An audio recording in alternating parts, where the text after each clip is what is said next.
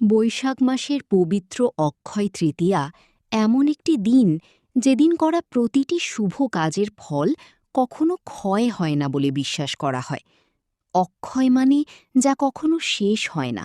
তাই এই দিনে মানুষ নতুন কাজ শুরু করে, নতুন স্বপ্ন দেখে এবং জীবনের নতুন পথ চলার সংকল্প গ্রহণ করে।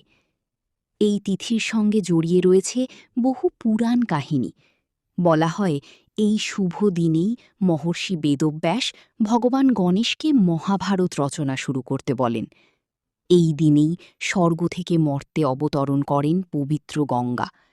আবার ভগবান বিষ্ণুর অবতার পরশুরামের জন্মও এই দিনেই হয়েছিল। এই সব কারণেই অক্ষয় তৃতীয়া শুধু একটি দিন নয়, এটি শুভ শক্তি, নতুন শুরু এবং আশীর্বাদের প্রতীক। মহাভারতের একটি বিখ্যাত কাহিনী এই দিনের মাহাত্ম্যকে আরও স্পষ্ট করে। বনবাসের সময় পাণ্ডবরা কঠিন দুঃসময়ের মধ্যে ছিলেন। খাদ্যের অভাব তাদের জীবনে বড় সমস্যা হয়ে দাঁড়িয়েছিল।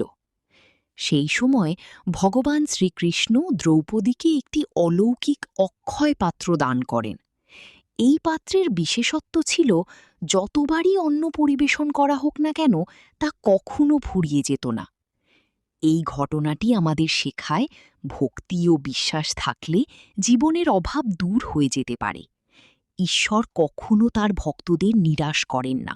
অক্ষয় তৃতীয়া শুধু পূজা করার দিন নয়, এটি দান করারও একটি বিশেষ দিন।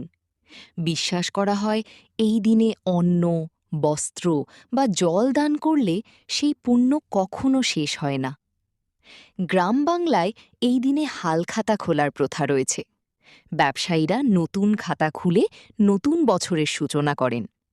অনেকে সোনা বা রূপো কেনেন, কারণ এটি সমৃদ্ধির প্রতীক বলে মনে করা হয়।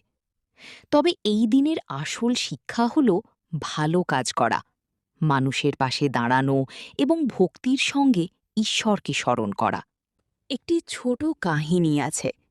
এক দরিদ্র ব্রাহ্মণ পরিবার অক্ষয় তৃতীয়ার দিনে সামান্য অন্ন দান করেছিলেন এক ক্ষুধার্ত মানুষকে, যদিও তাদের নিজেরই অভাব ছিল।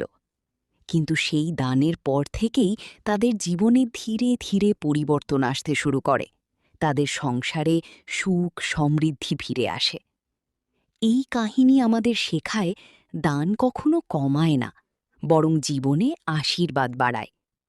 তাই এই পবিত্র দিনে আমরা সবাই যদি একটি ভালো কাজ করি, একটি মানুষের মুখে হাসি ফোটাই, সেটাই হবে সবচেয়ে বড় পুণ্য। মা লক্ষ্মীর আশীর্বাদে আমাদের জীবন হোক সুখ, শান্তি এবং সমৃদ্ধিতে ভরা। ধন্যবাদ।